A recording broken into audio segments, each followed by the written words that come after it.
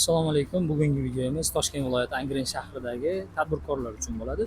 Nimaga deganda xalq tilida nejiloy kompleks deyiladi, ya'ni 140 kvadrat metrli joyda ijarasiga kelganmiz. Ijaraga berilyapti. Bu joyda hozir mana ko'rib turishingiz mumkin, xususiy klinika sifatida foydalanishyapti.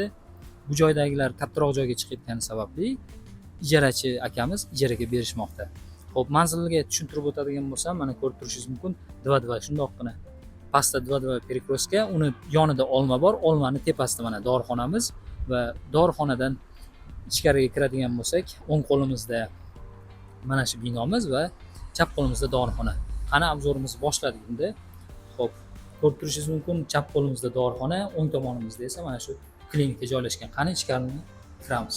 Xo'p, mana ichkariga kirib oldik azizlar. Ko'rib turibsiz, zalimiz katta holatda, qo'limiz devorlarini oppoq turib qo'yilgan. Bu joyimiz hozir ijarada turgan opalarimiz aytishyapti, qishda issiqqina va yozda salqin holatda bo'lishar ekan, hech qanaqa konditsioner yoki boshqa narsalar kerak emas. Lekin shunda ham bitta mana ventilyator turibdi ekan, ventilyator o'zi bilan salqin qilib berar ekan.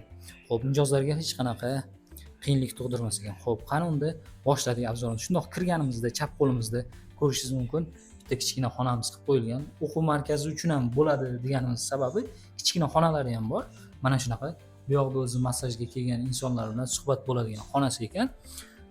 O'quv markazi uchun ham bu yoqda katta hovlimizda yana ham bo'lsa bo'ladi. Bundan tashqari mana to'g'rimizda ham o'sha katta rahbarimizni o'zlari o'tiradigan bu yoqda mana kravatlar qilib qo'yilgan, massaj xonasi chiroyli holatda bitta kichkina joylar qilib qo'yilgan. Bundan keyin o'tadigan bo'lsak, bu yoqda yana bitta xona qilib qo'yilgan. Hozir bu yoqda massaj sifatida mana foydalanyapti.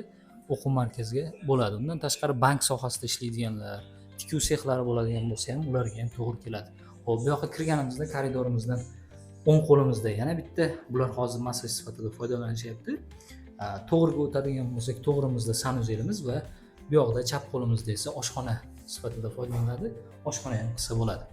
Xo'p, kim mana shu Angren shahridagilar biznes qilamiz deb yurganlar bo'ladigan bo'lsa, o'zlari yoki bo'lmasam tanishlari biznes qilmoqchi bo'lsa, bemalol pastdagi raqamlarga aloqaga chiqsalaringiz bo'ladi. Egalarining raqamlarini qoldiramiz.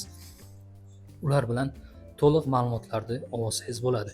Biznes qilmoqchi bo'lgan odamga eng muhim narsa bu lokatsiya bo'ladi. Lokatsiyamizni ko'rib turibsiz, aytib o'tganimdek, o'sha 2 perikroskani shundoq tepasida serqatnov Angren shahridagilar bo'ladi. Serqatnov joylardan bittasi. Lokatsiya muhim, ya'ni odam qancha ko'p o'tadigan bo'lsa, biznesingizga oqim shuncha ko'p bo'lish ehtimolligi yuqori bo'ladi. Shuning uchun biznes qilmoqchi bo'lgan tanishlarimiz bu videoni jo'natib qo'yadigan bo'lsak, ularga katta yordam qilgan bo'lasiz.